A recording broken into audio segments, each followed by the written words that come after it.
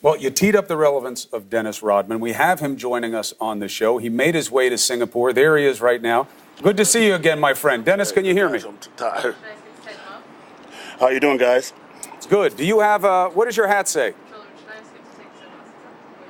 What's my hat say? Oh, good. Now I can see it. Let's so you make have America great again. All right. You got it right there? You got it? I got it. Thank you. So you made your way to Singapore. How important is this to you? You talked a lot about the prospects for peace when we spoke several years ago. Did you think this moment would ever come?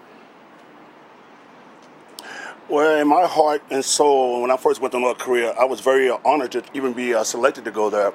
And once I went to North Korea, I was didn't really understand what the old situation was as far as being over there. And when I first met Kim Jong-un, I was more like, I didn't know what to expect. You know, I didn't know who he was. I didn't know what he represented. I didn't know if he was someone important. But I knew something was going on. But once I got familiar with the culture and the situation over there, I got really used to being there. I felt like I was at home. Now, you know both men. You've spent time with the North Korean leader. You've spent time with Donald Trump. How do you think the two men size up in terms of how they might get along? Well, I think the fact that Donald Trump would understand the fact that the people of North Korea have a heart, they have soul, charisma, and they love each other. And I think the fact that Kim Jong-un and his family understands that. I think that President Trump should understand the fact that the reason why the Marshal of North Korea respects Dennis Rodman is the fact that he trusts me. And I gave him something for his birthday, and I thought I couldn't pull this off. And I said to him on the day before his birthday, I said, I'm going to give you a present. And he said, what is that? I said, I'm going to bring a basketball team, professional basketball team to you. He said, can you do that? I said, yes, I can. Even though I knew I couldn't do it, I said, if I fail now, it's going to be a problem. So basically, I got a lot of people together. I got Popcorn here, helped me out, my sponsor. Thanks to those guys. And it happened, and Kim Jong-un came to me and said, Dennis, you know what? This is the first time someone's ever kept their word to me and my country. And I looked at him, I always got emotional, but I said, wait a minute, hold on. He said, someone's never kept their word to you and your country? He said, yes, this is the first time someone's ever suggested that. And I came through, and I think that he really appreciated that, the fact that he's not normally hearing someone that's trustworthy. And I think that country is normally hearing people that's always lying, deceitful, and not trustworthy. And I think that if Trump goes in there with a great heart, with his heart on the table, and let Kim Jong-un see him, really emotional as far as like speaking to him. It ain't got to be about war. It ain't got to be about hatred or what happened in the future or in the past, the past. We'll move on to the future. And I've told people about Kim Jong-un. He's all about the 21st century. He's trying to progress his country. And Donald Trump is going to do a great job is try to reach out and make sure that our hands, Americans, our hands are always open, because as Americans, we have let so many people around the world join us to be happy in one country, that's the United States. And now we have really put ourselves on a line to reach out to North Korea, and they've been so gracious to me, my family, and the United States. So let's make this happen. If Trump could pull this off, more power to him. Dennis, did Kim reach out to you, or any of his people reach out to you? The president's people, anybody reach out to you for insight into the other side? Well, you know what? I've talked to those guys the last 5 years. Which guys? And I talked to Kim Jong-un and an administration over there 5 years ago. And he asked me 5 years ago, we sat down for lunch. And he sat down and asked me, hey, Dennis, I would like to ask you three things. If you go back to tell the President of the United States these three things, and I would be willing to talk to him. And this is a true story, and I got my people here that was there that heard the conversation. He said things like, if they can move the ships back from South Korea, I would do what I have to do to listen. If you can move certain things or do certain things, I will listen. My ears will be open. And I tried to do that to Obama. And Obama didn't even give me the time of day. I asked him, I said, I have something to say from North Korea. He just brushed me off. But that didn't deter me. I still kept going back. I kept going back. I showed my loyalty and my trustworthy to this country. And I said to everybody, I said, the door will open.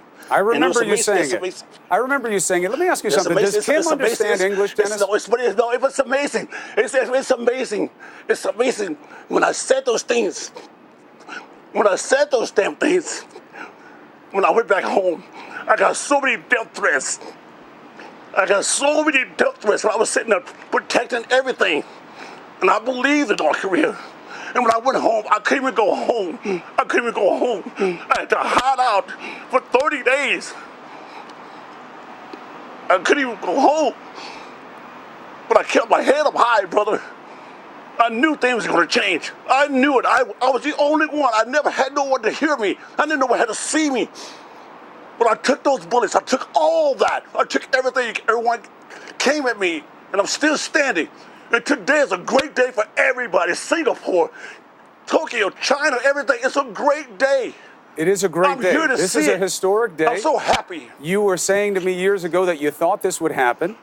And I want to let you be ready for me to ask you another question. I know you're very emotional about this. Go ahead. This is what I want to know. I want to know, well, you're an emotional guy. You feel very deeply about things. People who've been around you understand that. Right. Why did you feel so strongly that you needed to make something happen for North Korea? There's so many places you could have gone in the world that have, a much easier path to peace than North Korea, given the record of human rights abuses and other practices of this despotic regime. But you chose North Korea. Why? Well, I feel like, I said, I was very naive when I went over there. I didn't understand and expect all the things I was getting when I went over there. They said, do you realize what you was doing, Dennis, when you went over there? I said, no. I thought it was just another one of those things. I was just doing some charity event. I knew nothing about North Korea. I just thought I was going to play basketball and just treat the people and be happy, and that was it. But it turned out to be so much more bigger than what I thought. And I felt the fact that, just listen to the people, seeing the kids, seeing the people there, and just meeting the regime, Kim Jong-un, and the whole marshals and everybody. I just felt like I just fell in love with the country from day one. And I felt like that, I guess I owe it to myself, and the people around the world. You know what? I'm not in here. I'm not in this for no money. I never started it for no money. This is not about Dennis about being the greatest person in the world to lead these two people together. It has nothing to do with that. I just wanted to see it get done so we all can live good together. Well, here's the first day. No more hatred. Here's the first day. Let's see where it goes. Let me ask you something. You talk about speaking with Kim Jong-un. Does he understand or speak English? And one thing about him, though, I always said about him, he's more like a big kid, even though he's small. He's more like a big kid, but he loves to have a good time. And I was saying last night or this morning that he was going around taking selfies and stuff like that. And I was saying that this guy wants to be around the world. He wants to come to America. He wants to enjoy his life. He wants his people to enjoy his life. But I think that the fact that he doesn't have the tools, and maybe the politics of this whole meeting is just going to happen. I think this is going to change a lot. And I hope the fact that President Trump can understand, knowing that Kim is trying to reach out and trying to get into the 21st century. That's the big question. I want to ask you about that in a second, but let me just get an answer to this. Do you think he speaks or understands English? Well, I think he understands bits and pieces. If you talk about basketball, yes, he understands that. So you think it's about what he wants to talk about? Do you think he's studied English? I can say one thing. I think people know that Kim Jong-un is not a dumb man. I think he's understanding from his grandfather and his father. I think that he's trying to protect his people. He's trying to protect his honor and his and everything that has to do with his country. But like I say, that's respect. That's respect. Nothing's going to happen overnight. It's going to take time. 100%. 100%. If Kim Jong-un and Donald Trump understand that, if they understand the fact that if we just sit there and have a smooth, a comfortable relationship, smile, laugh, joke a little bit, okay, great. It ain't got to be war. It's got to be something that everyone can be comfortable about. Right. And I know this meeting is going to be a great meeting. Well, that's the hope, Dennis. We'll see where it goes. It had a good start. They did the handshake. There was good body language. They said the right things. It's all perfunctory at this part. It's the opening ceremony, and we'll see what happens when we start getting reports about the actual policy negotiations. But you talk about the Kim Jong-un side and North Korea's side. Did you hear from the White House at all today? Well, yes, I did. But and the good thing about it, yes, Donald Trump reached out. He called his secretary, and she called me and said, Dennis, Donald Trump is so proud of you. He thanks you a lot. And that means a lot. You know, because after all these years, the fact that I somewhat had something to do with this North Korean situation, but I don't want to take any credit where credit's due. I think we all need to take credit. And I'm just here, I'm just so thankful to be here. I'm glad the fact that this is happening. The world saw it, I saw it, my kids saw it. So you know what, it's just hope for the best. We don't need a miracle. We don't need a miracle. We just need the doors to be open so we can start fresh and make this a better place in the world, baby. That's it. Well, look, sometimes it does take a miracle. I mean, you know, you're dealing with some really tough things on the table here. You know, I know that you've had good experiences with the leader of North Korea, and this is a nice moment. I'm not looking to get into it with you again, but you know now things you didn't know then. There's a lot of violence. There's a lot of negativity, and it all stems from your friend, the ruler of North Korea. You know, this man isn't all selfies and smiles.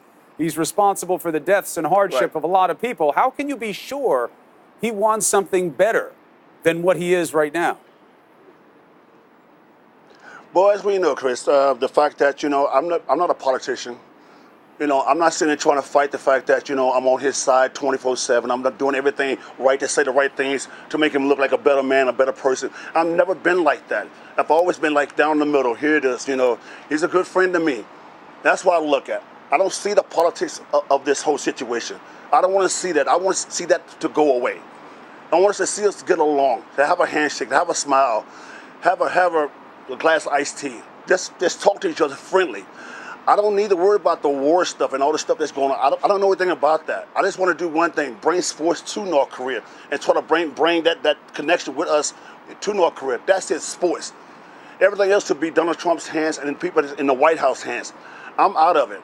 I'm just so happy just to be here, man, and to see everyone in the world get emotional like I did, cry to see it really, really happen. And Donald Trump should take a lot of credit for this because he went out the box and made this happen. So anyway, so I want to say one more thing before I leave. Can I say one more thing? You can say whatever you want. Go ahead. Okay, so can I thank some people, though, while I'm here? Can I thank some people? Yeah, go ahead. But let me ask you something. Don't go on a whole tour about it, but I want to ask you something else. But thank somebody if you want to thank them. Go ahead, Dennis. All right, so, you know, I just say thank, you know, all the good people that's really stood by me, Darren Prince, you know, Vo, all the guys that went with me, North Korea. You know, I'm thinking Chuck Daly, I'm thinking Phil Jackson, I'm thinking Jeannie Buss, I'm thinking, you know, Pete Giannopoulos, I'm thinking Eddie Vedder, the Pro Jam, everybody that supported me with through all these things. So, you know, I think my kids, they still with me after all these years, all the things I've done up and down, they still with me. You know, I just want to thank everybody, man. And plus, you know what, I'm thinking these guys at Popcorn that supported me through this whole venture. I got you. We see the shirt there. Goes. You got a good outfit. You got Trump on the top. You got Popcorn on the bottom. Let me ask you one more thing. You think there's any chance that you might have a role in this process? Has anybody reached out to you or given you reason to believe that whether it's the North Koreans or it's the Americans, that they may reach out to you as some type of resource here, something that is part of this mix going forward? Well, you know what, like I said, that's not my job. I wish that the fact that people would quit putting me in that title role, the fact that I should be involved with this whole politics stuff. I just want to be involved with the sports aspect. And if they can use me in that direction, maybe I can have some type of common sense to shine some light on what's really going on in North Korea. If Trump want to come ask me about certain things, he'll probably figure it out today, and I hope he does. But if he want to ask me one-on-one, I'm willing to do it. So, like I said, I know a lot of things, but like I said, this is Trump and Kim Jong-un's day. This is the world's day. It's not my day. I just came here because I wanted to see face-to-face in my own eyes. So thank you guys for having me on in the world. Thank you guys. I'm going to do more important things down the road. Please. Well, Dennis. Step behind me. Be behind me. Dennis, it is good to see you. I'm glad you are well. I know that you're on your own journey. Stay healthy. Stay happy. And Right. please let us know what you find out Roger. about this process. It's good to see you, Dennis Rodman, in Singapore. Thank you. All right, thank you, brother. All right. All right, brother. Jim Clapper, we're looking at the moments earlier. It is bizarre, to say the least, but here I am next to the Director of National Intelligence, former director for the government, and Dennis Rodman, also known as the Worm for how he played basketball. He is our best resource at this point right now for understanding the minds of the two men, especially Kim Jong-un. I agree, Chris, and I tell you, As weird as that is, as weird as it to is, say. and They made a movie about that. This whole and thing, this is still weird. this whole thing is unconventional, and believe me, I saw Dennis Rodman I'd never seen before in the course of that interview, and you drew that out of him. There's a lot more depth there than I think meets the eye. And he does understand Kim Jong-un, and all of the rest of us pundits who are kind of amateurs and haven't had that direct contact like he has,